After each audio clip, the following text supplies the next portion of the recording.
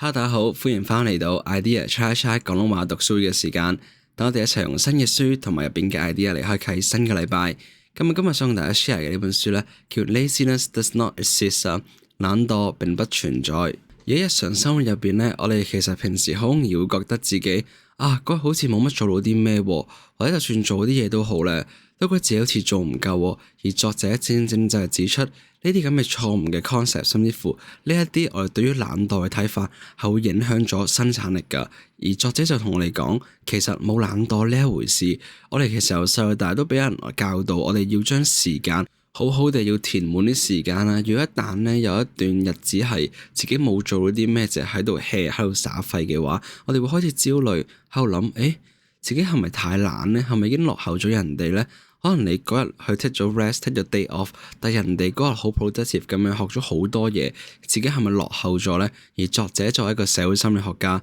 佢話到俾我哋知嘅就係點解我哋對於努力工作同埋懶惰嘅一啲信念、一啲諗法其實係唔健康，同埋我哋應該點樣去接受呢啲嘅信念？因為其實你呢個信念唔單止影響住你工作嘅表現啦，而且都會將嗰啲影響帶到入你個人嘅生活入邊。咁首先可以講下作者啦。咁點解作者無啦啦會喺度諗到底懶惰呢個概念係咩嚟嘅咧？同埋點解咁有問題咧？咁其實作者本身喺大學入邊就做緊教授啦，社會心理學嘅教授啦，同時間佢都係一個心理學家嘅。咁本身就係 focus 喺社會心理學啦、mental health 啦，同埋挑戰一啲我哋現代人我哋覺得好習以為常、好正常嘅生產力觀念啦。但係佢想挑戰嘅就係，其實某啲生產力觀念咧，其實係完全 opposite 噶，係反而有害對我哋嘅生活 mental health 同埋我哋對於生活嘅幸福感、滿意感等等係完全唔好噶。咁一開始作者 Price 其實就好開宗明義咁講，其實我哋喺我哋嘅文化入邊，我哋都有一個關於懶惰嘅神話，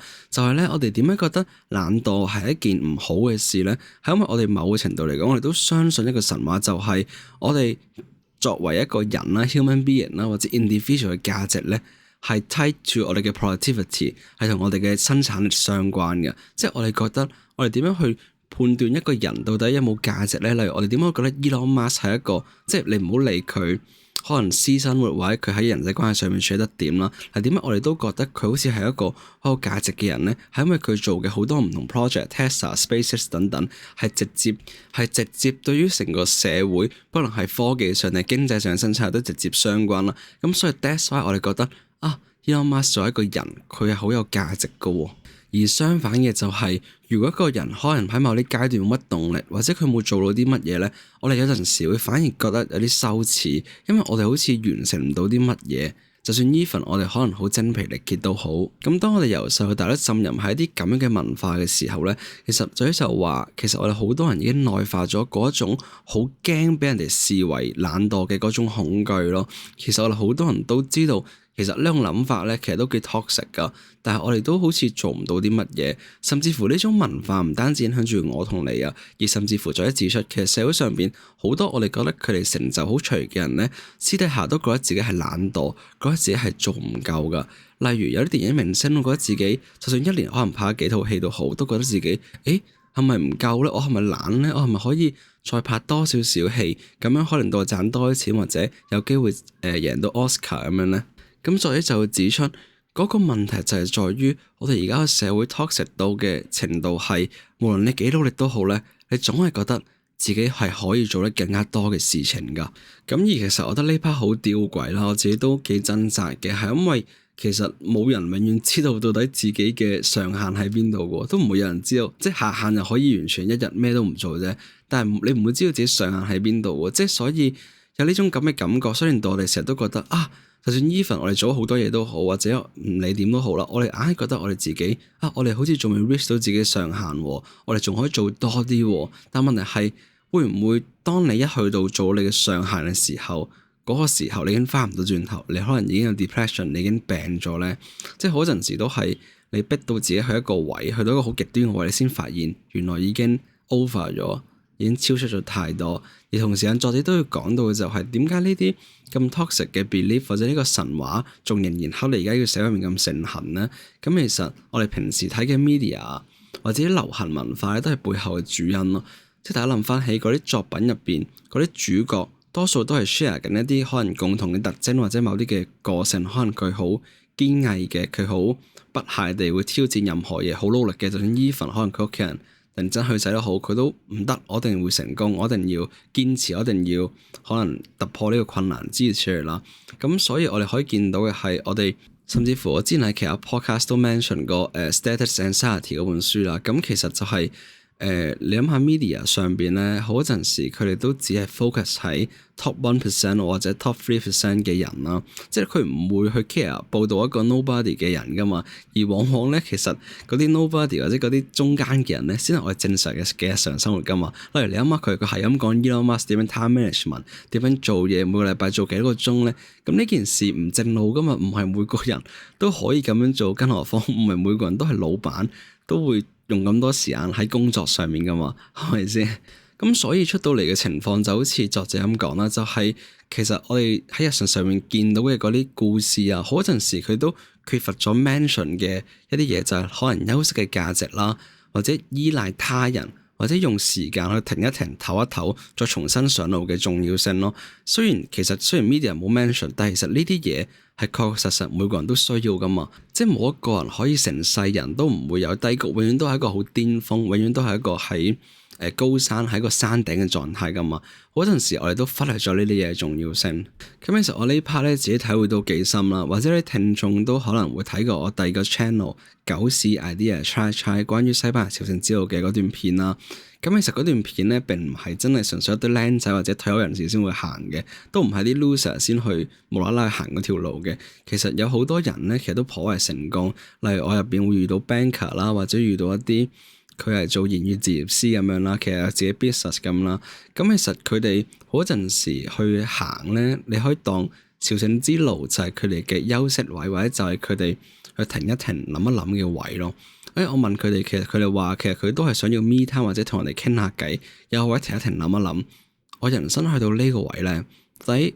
如果之後繼續沿住而家呢個方向繼續行落去咧，10年後、20年後嗰個方向係咪我想要嘅咧？到底我之後嘅人生我想要啲咩咧？其實好多陣時佢哋都係需要喺呢一個位去到諗清楚咯。咁所以翻去到呢本書嘅內容咧，我哋可以好容易諗到嘅就係，其實我哋嗰啲所謂嘅懶惰嘅時間咧，係咪真係懶惰咧？定會唔會有陣時只係我哋有啲迷茫，停一停諗一諗咧？更何況咧喺度，我都突然間諗起The Psychology of Money 金錢心理學呢一本書啦。咁其實呢本書都好出名，而其中有個 point 咧，我都印象幾深刻嘅。咁佢就講到，其實我哋好陣時咧，我哋會低估咗機會對於我哋成功嘅重要性，同埋喺我哋生活入邊嘅重要性咯。因為好陣時咧，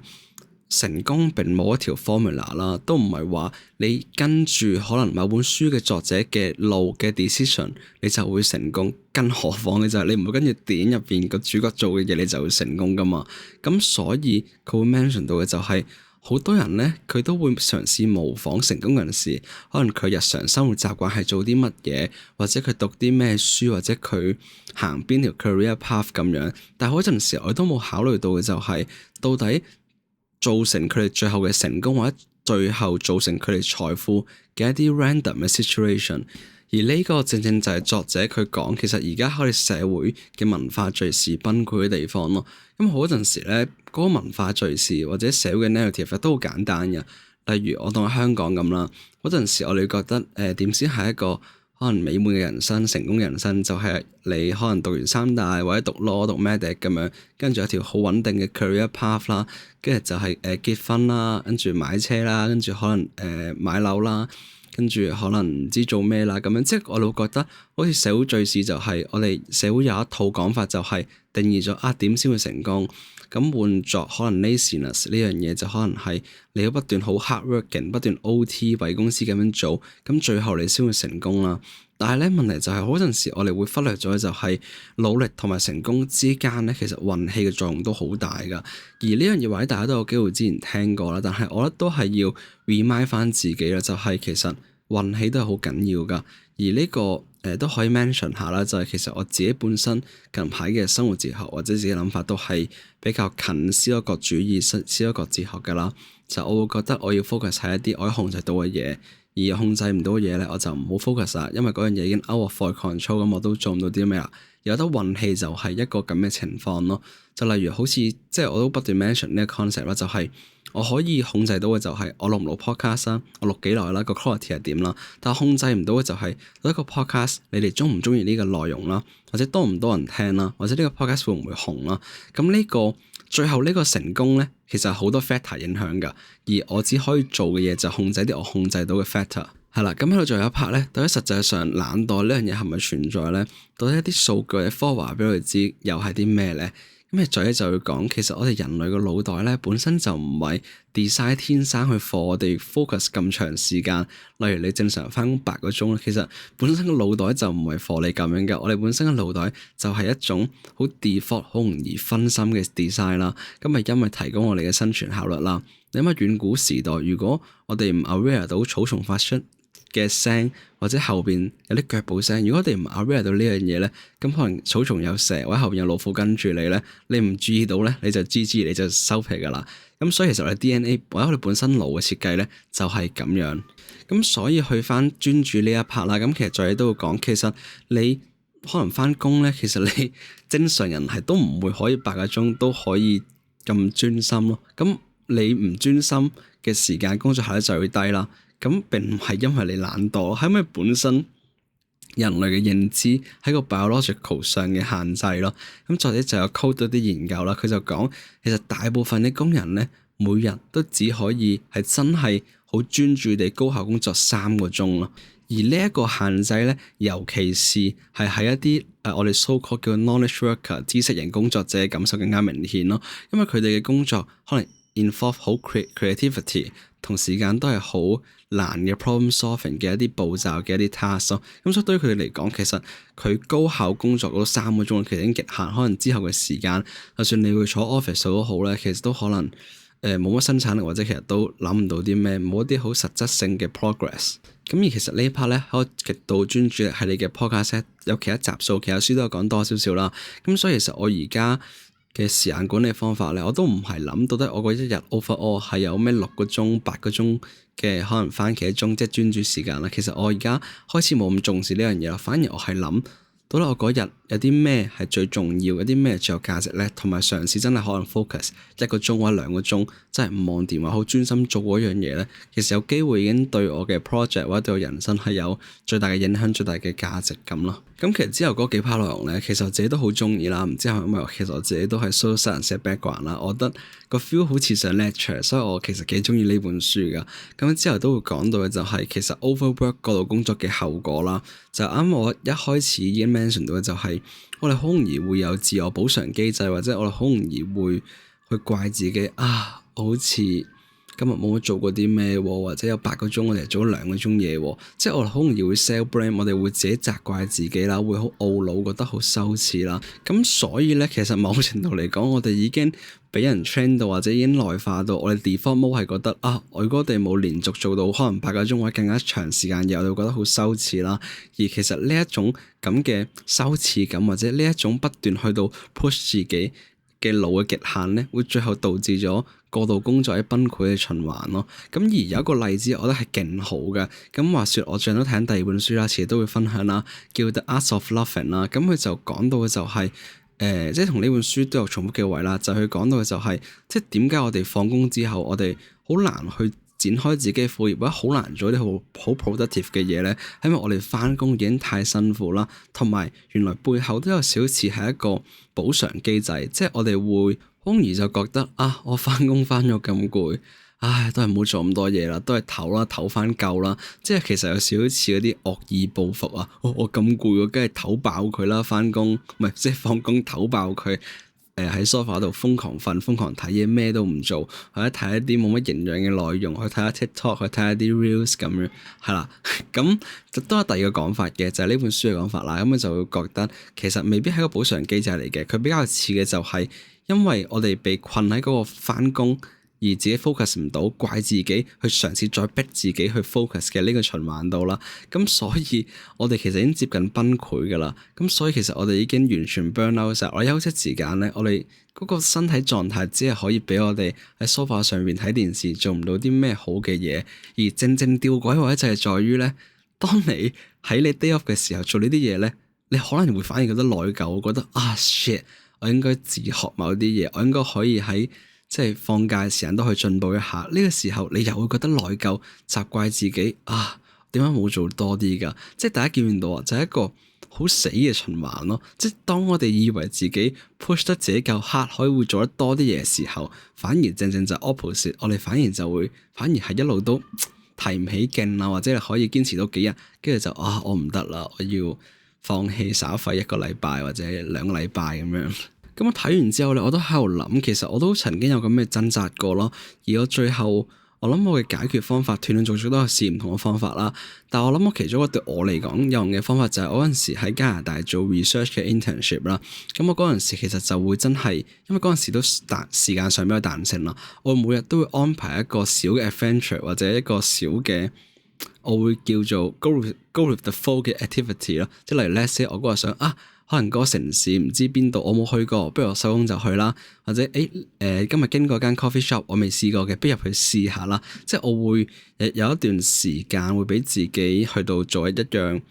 你唔好諗對你人生冇幫助，唔好諗有冇生產力，唔好諗對你 project 有冇用，但純粹就係覺得哇，我好似有啲好奇想試下，就去試下。同時間都係一個機會俾自己去 recharge 一下咯。咁我自己而家嘅做法就係朝頭早咯，可能我除咗睇書之外，咁其實我都會可能有15分鐘至30分鐘去睇一啲我覺得好得意嘅嘢咯。可能網絡上面嘅 news， 或者可能係一啲人生彈俾我嘅一啲關於 AI 嘅 technology， 或者關於一啲總之就係好 go with the flow， 可以好 random， 但係我想做嘢我就會去做。而咁其實呢一 part 咧都會呼應到作者嘅其中一個可以話係 point 啦，都可以話係一個指控啦。佢就講嘅就係其實 social media會將我哋嘅生活遊戲化 gamify 咗啦。咁我覺得呢個 point 係勁得意嘅。咁佢就講其實好多陣時咧，我哋會將 social media 上邊嗰啲活動，例如我 po 嘅 story， 我平時有啲咩愛好，我休閒時間會做啲乜嘢，甚至乎我今日嘅 lunch 食乜嘢，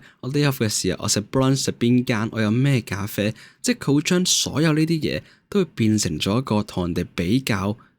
自己嘅成就，比較自己嘅社會地位，或者比較自己資源諸如此類嘅機會咯。例如可能你會比較點解我 day off 我淨係可以喺屋企附近，但人哋竟然去飛喎，去日本喎，去歐遊喎，去北歐，去冰島喎。即係其實呢一種嘅比較係好 toxic 咯。佢唔單止係令到你好有 pleasure 咧，而更加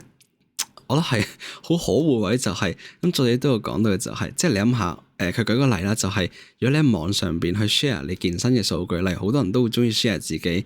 跑步跑咗幾多 K 個配速係點樣。當人哋喺 like 你或者 comment 你嘅時候咧，你會有一個比較短嘅 reward 啦，獎勵啦。咁之後你要更加努力啦，去嘗試超越其他人啦。同時間其實你甚至乎你上網分享你睇嘅書都係咧，其實都係咁啊。即係當嗰樣嘢抌上網。即係咁有機會有啲人嘅 intention 可能純粹係我同朋友 share 啦，但係我覺得無形嚟講，即係比較 invisible 嘅就係我哋都有啲壓力咯，即係有一種壓力就係 comparison 嘅壓力咯。咁所以去到後邊作者就會開始質疑，到底我哋對於生產力嘅睇法，尤其是係嗰種我哋覺得而家社會 information 咁多，日新月異，可能每日有咁多 AI 嘅 update， 有唔同新聞 update， 我哋要不斷去 keep 住去到 update 自己去得到最新嘅 information 嘅呢一個睇法咯。咁我就覺得其實呢一個唔係一個健康關於 productivity 生產力嘅睇法咯。因為咧，我諗而家近年嘅情況好啲咯，但係其實喺 Covid 嘅時候咧，有唔少研究都會見到就係嗰陣時咧，我哋覺得睇新聞呢樣嘢好平常啦，我哋需要睇新聞啦。但係研究其實發現到，其實過多嘅新聞 exposure， 即係睇越多新聞咧，反而會導致你產生一啲焦慮或者會病，去令到你自己都比較冇咁 empower， 冇咁感受到自己係有 power 掌控到嘅主導權咯。咁所以作者就指出，其實咧嗰啲無窮無盡喺網絡上面 information 咧，其實往往我哋會覺得可能會越多 information 就令到我哋越有 power， 越令到我哋知道更加多，令到我哋可以 well prepared to the world。但係咧，事實上往往就係相反嘅，反而令到我哋好有無力感，好絕望，覺得呢個世界好壞，或者呢個世界好多嘢控制唔到。即係大家諗翻都知，其實新聞多數係播啲好好嘅 good news 啦，或者係播一啲好差嘅 situation 啦，即係總係喺兩個極端之間遊走而佢唔會報道一啲好平凡嘢，即係佢唔會報道同你講話例如可能港島區開咗間可能咩平民咖啡店咁，佢唔會報道啲咁嘅嘢㗎，因為呢啲嘢唔夠極端，同埋即係好多唔同嘅原因啦。總之就係其實新聞上面見到嘅嘢往往都比較極端咯。咁所以喺呢個時候，我覺得都可以諗下到底係要睇幾多新聞咯。係，因為其實我自己好早已經睇少咗好多新聞咯，但係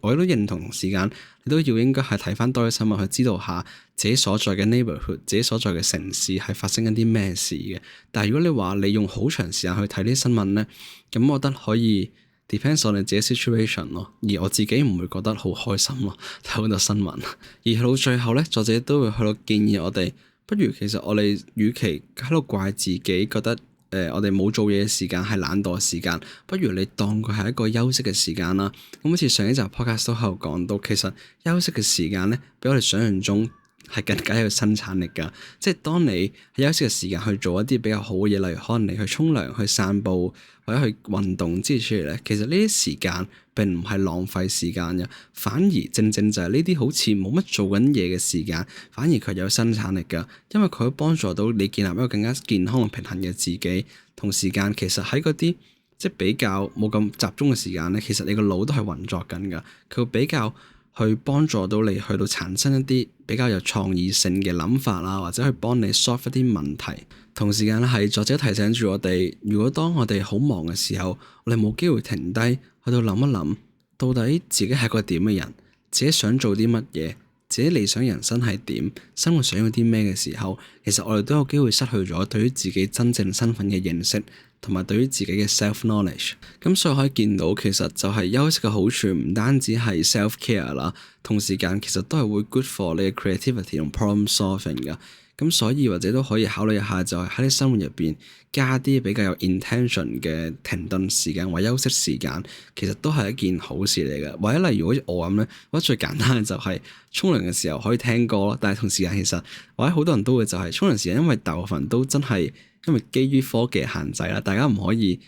比較難去玩電話或者睇片音啦。咁所以好多陣時都係一個好嘅停一停嘅時間，去諗下到底你今日做咗啲咩咧？今日覺得開唔開心咧？今日自己表現係點咧？即係都係一個時間去俾自己去停一停諗一諗啊。係啦，咁而今集 podcast 就去到咁多啦。如果對於個人成長、生產力、身心健康興趣嘅話，都歡迎 follow 我哋嘅 podcast。如果中意我哋今集嘅內容咧，都歡迎俾5星好評，同埋留 comment 話俾我知，到底你點樣睇今集嘅內容咧？咁而我每個禮拜一就為大家準時 update 一本新書或者一個新嘅 idea。咁我哋下個禮拜一同一時間準時再見。呢度係 idea try 廣東話讀書會。